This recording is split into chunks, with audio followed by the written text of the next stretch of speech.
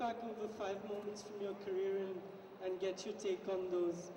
Can we just get the slides? Okay.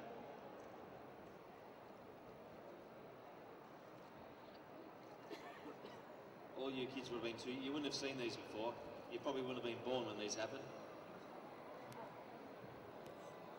Yeah, we'll start with this one.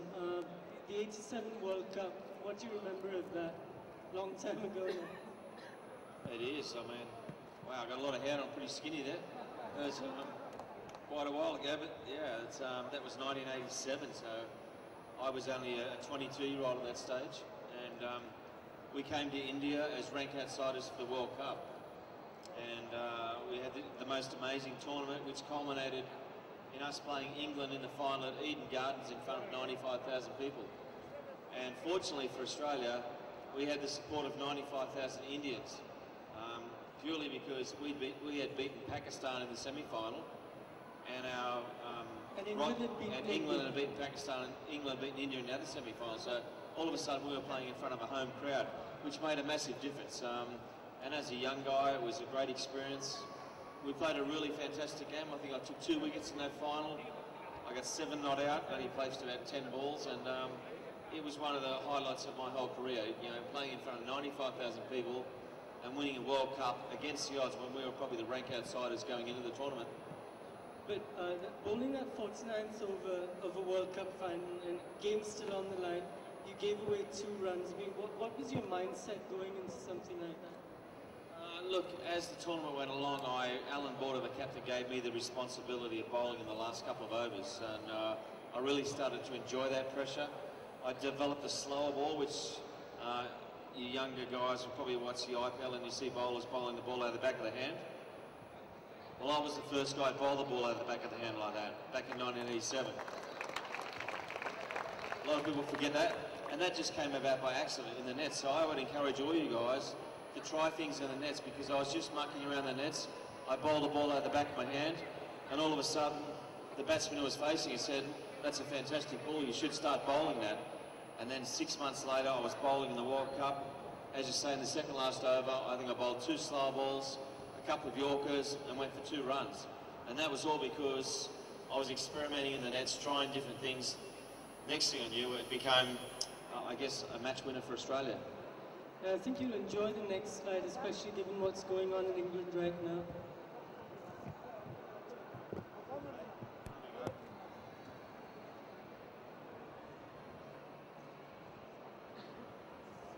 That, I think that's Lord's, not Headingley. Yeah, that's at Lord's. Unfortunately, did anyone watch the Test match 2 weeks ago, Australia versus England at Lord's? Yeah, it wasn't a very good result for Australia, but back when we played there, we actually won. We played really well, and for me, I think I got 152 not out that time at Lord's. That was after I scored a century the previous week, and someone told me just last week while I was in England that, actually I'll give you guys a question. I went 3 tests without getting out. How many balls do you think I faced without getting out in that Ashes series? Can anyone have a guess? How many deliveries did I face before I got out? It's pretty good. One of you kids, how many balls? Who was that? 10? No, a little bit more than that. No, I got 177 not out in the first test. I got 152 not out. And in the third test, I think I got, next thing is I got 40 or 50. So 393 runs. So how many balls did I face before I got out? 900? No. It was 585 balls. So it was quite a bit. So 10 and 25 balls weren't quite right, but that's okay. Next time. So yeah, they were great memories. The Australian side, we won that series 4-0. Currently we're losing the series 2-0, so times have changed a bit, but back in that series there was a lot of young players like myself trying to make a name for ourselves, and we had a fantastic series and we grew together as a team. Much in the same way that India did last year when they beat Australia 4-0. A lot of young players come through like Pujara, Murali Vijay, and got some great runs. So that was a turning point in Australian cricket. But just building on what you said about young players coming together, even the current Australian team now has a lot of young players. You got a lot of time. You were given time to develop. That team was given time. How important is that? Because I mean, these days I don't think somebody would get 27 tests to score a first test 100.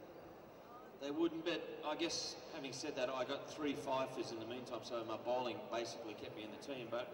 And we had a period of change in the Australian cricket where we had 16 players went to South Africa on a rebel tour, so there weren't many young cricketers around. But the key in any selection is that if you pick someone, you've got to give them an extended run to give them a chance to relax and to show how good they are. If you keep chopping and changing teams, it's really hard to get your confidence. So the good thing was with those selectors back then was that they stuck with the team and they believed we were going to be good enough, and they gave us an opportunity to work it out.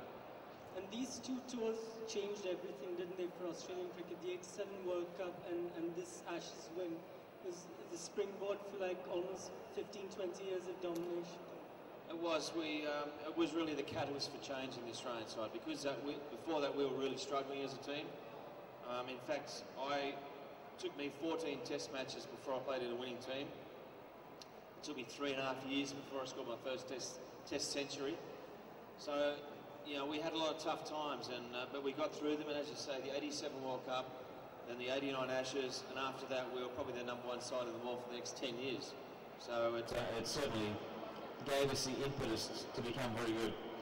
And speaking of #1, that's our next slide. We can just...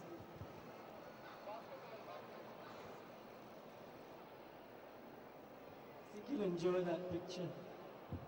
How many of you guys know who the bowler is there? You guys, anyone? Curtly Ambrose, very good. Curtly Ambrose, you win a ball for that. You win a ball for that, well done. That's very good. That's Curtly Ambrose, who was a great West Indian bowler. We'll sign it, Dick. I'll sign it for you when we finish, okay? He was a great West Indian bowler. He was very quick, but he always bowled in the dangerous areas for batsmen, so he made you play all the time. He had a very good bouncer. But that was a big turning point in Australian cricket. The West Indies team hadn't been beaten until that series. They hadn't been beaten for 15 years by anyone. Australia hadn't beaten them for 22 years. And we won the next test match, and we became the #1 side in the world. So that was a really significant moment. The West Indies were a great side. Adding 231 runs with your twin in such a vital test match, I mean, how special was that? I'll ask a question there. For another cricket ball, how many runs did I get in the 4th test in Jamaica? And we won that series 2-1. Any of your kids, yeah? How many? 100? No. 200. You win a ball for that as well. Well done. Good. Yep, 200 I got in that last test match, but that was an important... It was good fun because I played together with my twin brother Mark in that innings. We put on 230 runs in the most important innings of our lives in the toughest situation. And when you play sport, I mean, you want to score runs in the hardest, most difficult times. So for us, it was very satisfying to do that. I mean, that was a brutal tour, wasn't it? Because, I mean, I'm just pointing to what Wisden wrote about that. 425 balls, 150 of them short-pitched, 17 fours, 1 6, and 6 aching bruises. I didn't know those stats. 150 short-pitch balls. I mean, that's what you had to do against the West Indies because they had a lot of quick bowlers back in those days. And yeah, you had to take a few on the body. That was part of professional sport. And when you play at the top level, sometimes, you know, you're going to get hit by the ball, but you just got to try and block that out and then move on and think about the next ball. When you play cricket, it's all about concentrating for that really short space of time on the next delivery or the next ball you're going to bowl. Okay, you don't worry about what's happened or what might happen. You've got to concentrate on what you're doing right now. Was that the toughest cricket you ever played, that series? It was definitely up there, but I think the 2001 tour to India was equally hard for different reasons. The conditions, the pitch conditions were difficult. India had a fantastic side, and it was a really up and down test series. It was great to watch, it was great to play in. And even though India won that series, I still think that was one of the best series I played in. And now 12 years after the first World Cup, when you went back to England, this time as captain of the side. And that brings us to our next slide. Yep. You remember this match?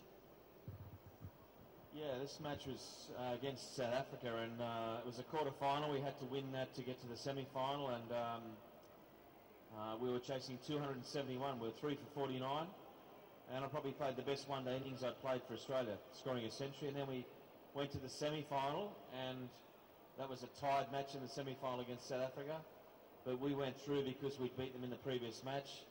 Then we went on to play Pakistan in the World Cup final at Lords, and I think we won by the biggest margin ever in the World Cup. We won in 20 overs, chasing 132 runs or something. So that was a really satisfying moment as a batsman, but also as a captain, because we had to win 7 matches in a row to win the World Cup.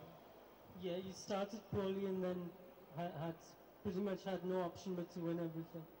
Yeah, and the one thing I would say to all the people here, or particularly kids playing cricket, is the reason why we weren't playing well in the first couple of matches was because we were too worried about the result. We forgot to enjoy what we're doing. So the number one thing when you're playing cricket or any sport is you've got to enjoy what you're doing. Enjoy your teammates' success, have fun together, and enjoy playing cricket. Don't worry too much about the result.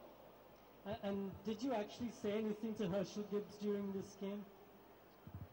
I may have said a few words, but you know, it was a bit of friendly banter out in the middle. Those things happen sometimes on cricket fields, and I wrote about it in one of my books, which one of the young ladies there has got.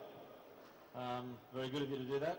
I've actually got another book coming out in a couple of weeks' time in Australia called The Meaning of Luck, which talks about people I've met and people in business, charity and sports. I've just written another book, but the previous one had something about Herschel Gibbs in there.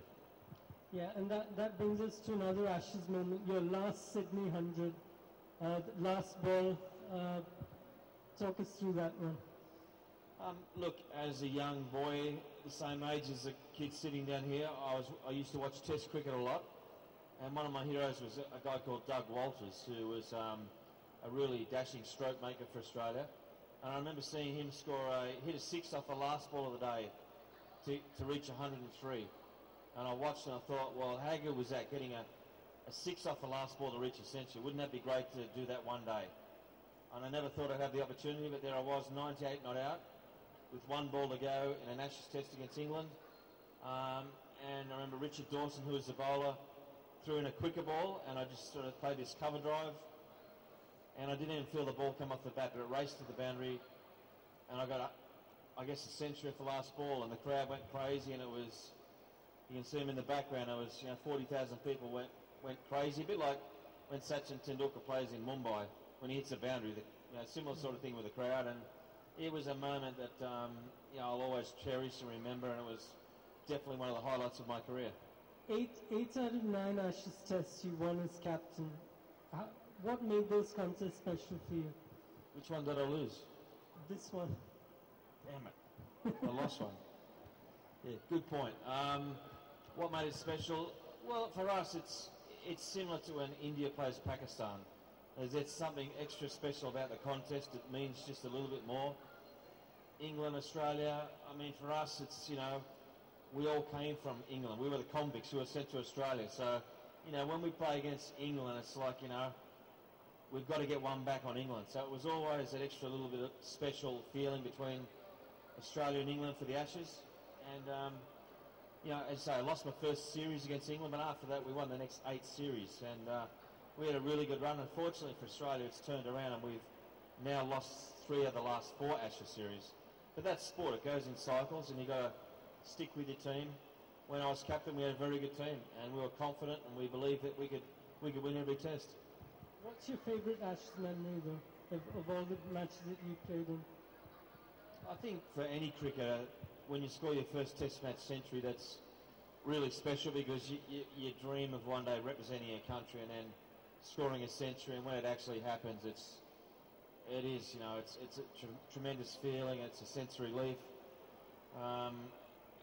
It feels nice after all the hard work you've put in as a cricketer to go out there and finally get a century for your country, and there's probably no better feeling. And just one last question before we ask questions to the kids. When you were their age, what did you dream of? Look, I dreamed of playing sport every day. Every night I went to bed thinking about which sport I was going to play the next morning. When I woke up, I thought, where am I going to go to play sport? I was thinking about it all the time. So my advice is to try as many different sports as possible, to make sure you always enjoy those sports, and to be thankful that your parents are taking the time out to take you to different sporting events. They're buying you equipment and they're supporting you, so it really is a whole family thing together that you should enjoy. Playing T20, well, it would be very similar to all other forms of cricket, that concentration is really important. Again, you can't worry about what has happened, you can't worry about what might happen. You've got to really worry about what you're doing now. But I think as a batsman, you've got to work out where your strengths are, where you can hit fours and keep to those areas, and otherwise you work the ball around in gaps. As a bowler, you've got to have different types of pace. You've got to bowl slower balls, you've got to mix it up, and you've got to think, what doesn't the batsman want this time? So you almost got to put yourself in the batsman's position, and obviously you've got to be a very good fielder, so you've got to work on your fielding. Fielding is a crucial part of 2020 cricket, and if you're not a very good fieldsman, you won't get picked in any team. So number one thing is you've got to work on your fielding. You're right, we were 48 for 3, and at that stage you just got to think we've got to get a partnership going, because if we don't get a partnership we're going to be out of the match. And it was such a big match again that I tried not to put too much pressure on myself. I said, just do the things you've been doing well, watch the ball, get a partnership going, and then we can start putting pressure back on South Africa. And thankfully we got a couple of good partnerships, and that got us back into the game. So if you're really struggling in a match, someone has got to put their hand up and say, we've got to just hang in there and try and get back into the game somehow. When you play international cricket, you can't win all the time. We have, I guess, a new type of team that's coming together. England are very experienced. India totally outplayed us recently. We've just got to, we've got to hang in there now. We've got to show faith in the current team. I know they can play much better than they played at Lord's. They nearly won the first Test match, so we've just got to support the team and ride out the tough times. India's form was up and down over the last couple of years, but now they've got these young players. I think the future of Indian cricket looks fantastic right now. So every team goes up and down a bit, but we've just got to support the team right now. And I know that they'll come through it, because there's a lot of talent, particularly in our bowling attack. It didn't really worry me, but it was a lack of respect for the game. The match referee actually told him that you've got to turn up on time. That's what I was concerned about. The fact that he turned up late every game, that was his choice. I just showed a lack of respect for the game. It didn't really affect me. It didn't affect my cricket. I just thought it was between two captains. You should have that respect where you turn up on time. Look, I think banter is part of the game. I think I used to enjoy when Nasser Hussain was batting, because around the grounds, the Test match grounds now, you've got the big screens up all around the ground. And Nasser Hussain used to sort of play his front foot defence, but he'd turn around square and he'd play and miss, and his technique would look a bit funny. And myself and Shane Warner and a couple of other guys, we'd look at the replay and we'd sort of commentate for Nasser. We'd say, Nas, come on, look, you're getting a bit squared up there. You want to get your front foot down the pitch. Let's see if you can get your head over the ball and not play and miss. And then maybe a couple of balls later we'd do the same thing, and we'd just say, come on, Nas, you've got to concentrate. You've got to really knuckle down. And you just see the steam coming out of his ears. So that was the sort of things we had. Try and have a bit of fun out in the field, because it's a long day, and if you're just talking to someone in a silly way, it doesn't work at the top level. You've got to try and get inside their head a bit and just get them thinking about some other stuff. So that's more the sort of things we did. MS Dhoni, yeah, he seems to have the golden touch all the time, and he rarely does many things wrong. I mean, when his position was under threat last year against Australia, he came out and scored a double century. Look, he knows how to perform on the big stage. He knows how to win the big moments. So he's got that almost magical touch about him. So he's done exceptionally well. As for Sachin, look, we all know that he's played for a long time. He's been an iconic player, a great player, one of the all-time greats. But we've all got to finish at some stage, and it's not far away for him. But you'd like to think that he would recognise that and make the decision. You've seen over the last 12 months that Indian cricket will survive. I mean, without Dravid and Laxman and Ganguly, these young players have come in and done well. So India will survive, it'll be hard to take when Sachin retires because everyone here is so used to him walking out the bat and scoring runs for India, but it must come sooner rather than later. I mean, I love Test cricket because, you know, you can, as a player, you can only find out how really good you are playing Test cricket. Right. It's a test physically, mentally, emotionally, physically. It tests you to the absolute limits, and just you can find out how good you are by playing Test cricket. You can't find out how good you are by playing T20. You can find out how much money you can make from T20, Right. but Test cricket is more to life than money. It's nice to make money, but I always say to young kids out here, you know, try and play for your country in Test cricket first. All the other things will fall in place after that. You'll make the money, but don't think about the money first. Think about the honour of representing your country and playing Test match cricket. That's the very essence of the game. I'm all for 2020 and one-day cricket, that's great, but you ask most of the top cricketers and they'll all say that Test cricket is what they want to do well at.